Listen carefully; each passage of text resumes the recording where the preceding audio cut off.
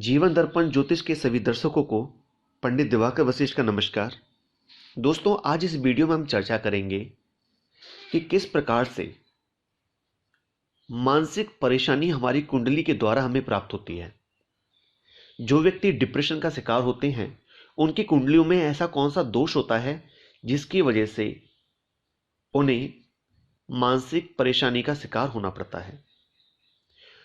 तो इसके लिए हमारी जन्म कुंडली का अध्ययन करना हमें आना चाहिए। तो आप अपनी जन्म कुंडली को देखिए, चेक करिए, और उसमें हमारे बताए गए किसी भी प्रकार का कोई योग मिलता है तो वही आपकी मानसिक परेशानी का कारक है। ठीक है, तो सबसे पहले बात करते हैं, जब चंद्रमा पाप कर्तरी दोष में होता है तब व्यक्ति मानसिक रोग से पीड़ित होता है। और यह पाप कर्तरी दोष बनता कैसे है? कुंडली के अंदर विशेष करके चंद्रमा जब लग्न में छठे भाव के अंदर, आठवें घर के अंदर, 11 और 12वें घर के अंदर जब चंद्रमा पाप कर्तरी दोष बनाए, यानी कि चंद्रमा से एक घर आगे और एक घर पीछे यदि कोई पाप ग्रह हैं, जैसे कि मान लीजिए चंद्रमा लग्न में है और दूसरे घर में शनि और 12वें घर में राहु विराजमान है, तो यह पाप कर्तरी दोष हुआ। और ऐसे में व्यक्ति मानसिक रोग से पीड़ित अवश्य होगा। इसी प्रकार से जब चंद्रमा को केमद्रुम दोष लगे, अब यह केमद्रुम दोष क्या होता है? कुंडली के अंदर पहले, छठे, आठवें, 11वें और 12वें घर के अंदर चंद्रमा को केमद्रुम दोष लगे तो यह स्थिति काफी जटिल होती है।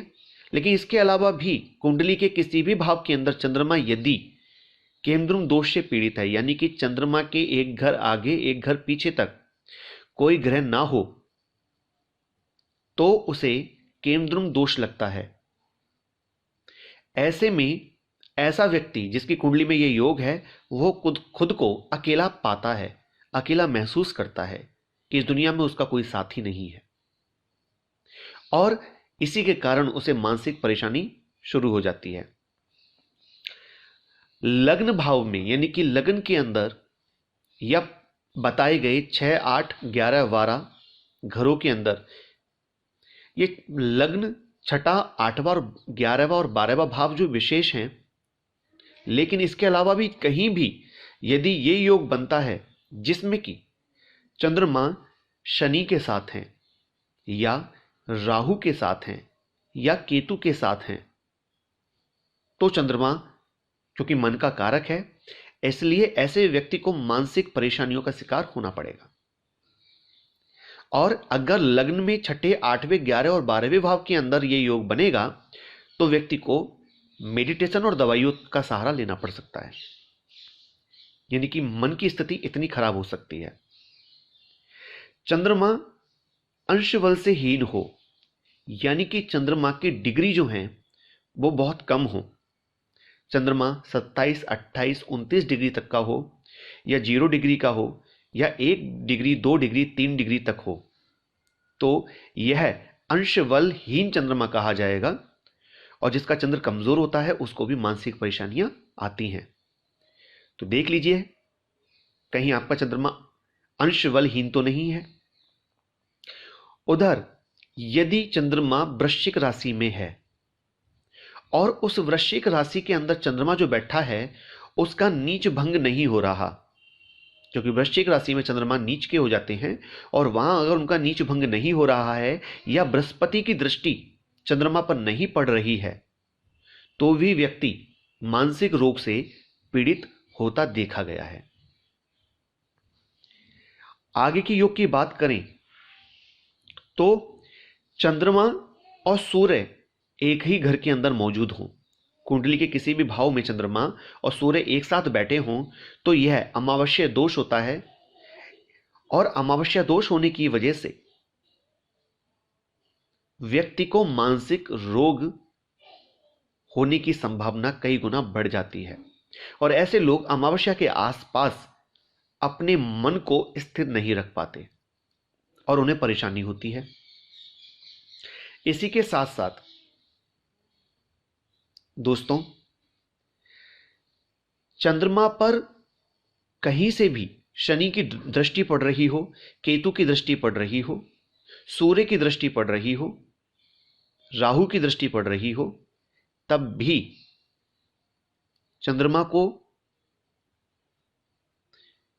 दोष लगता है। शनि की दृष्टि पड़ने से वह विषकारक दोष बन जाता है, जिसकी वजह से व्यक्ति मानसिक रोग से पीड़ित होता है। सूर्य की दृष्टि पड़ने से भी चंद्रमा को दोष लगता है, क्योंकि सूर्य की दृष्टि जब पड़ेगी, सूर्य की 7वीं दृष्टि होती है, और चंद्रमा पर जब सूर्य की दृष्टि पड़ेगी तो चंद्रमा पूर्णमासी का होगा, पूर्णिमा का होगा। प्रबल चंद्रमा होगा तब भी व्यक्ति का मन बहुत चलायमान रहेगा, और अधिक चंचलता होने के कारण भी व्यक्ति कहीं ना कहीं परेशानियों में घिर जाता है।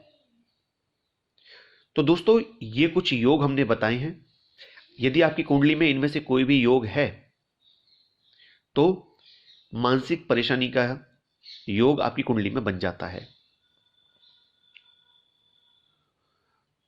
इसके अलावा ये दोष ना भी हों, लेकिन चंद्रमा अकेले छठे घर के अंदर, 8वें घर के अंदर और 12वें घर के अंदर विराजमान हो, तब भी मानसिक पीड़ा व्यक्ति को होती है। अब इस सब से बचने का जो रास्ता है, जो उपाय है, वो एक उपाय यहां पर हम बता रहे हैं, बाकी का कुंडली के अध्ययन से आएगा। लेकिन इन सभी परिस्थितियों में हमने ये तो जान ही लिया कि ये सब चंद्रमा के कमजोर हो जाने की वजह से ही होता है। तो ऐसे में आपको चंद्रमा का उपाय करना चाहिए।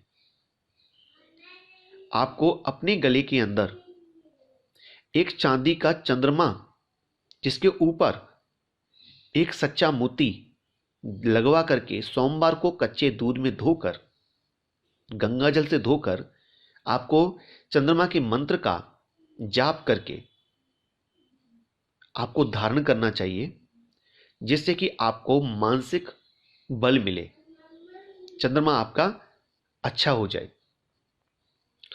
और ये उपाय यदि आप करते हैं तो आपको विशेष लाभ मिलेगा। दोस्तों, अगर आपको वीडियो अच्छा लगा हो तो इसको लाइक करिएगा, कोई सवाल हो तो कमेंट करिएगा, और वीडियो को ज़्यादा से ज़्यादा लोगों के पास शेयर करिएगा। मिलते हैं एक नई जानकारी के साथ, तब तक के लिए विदा लेते हैं। नमस्कार।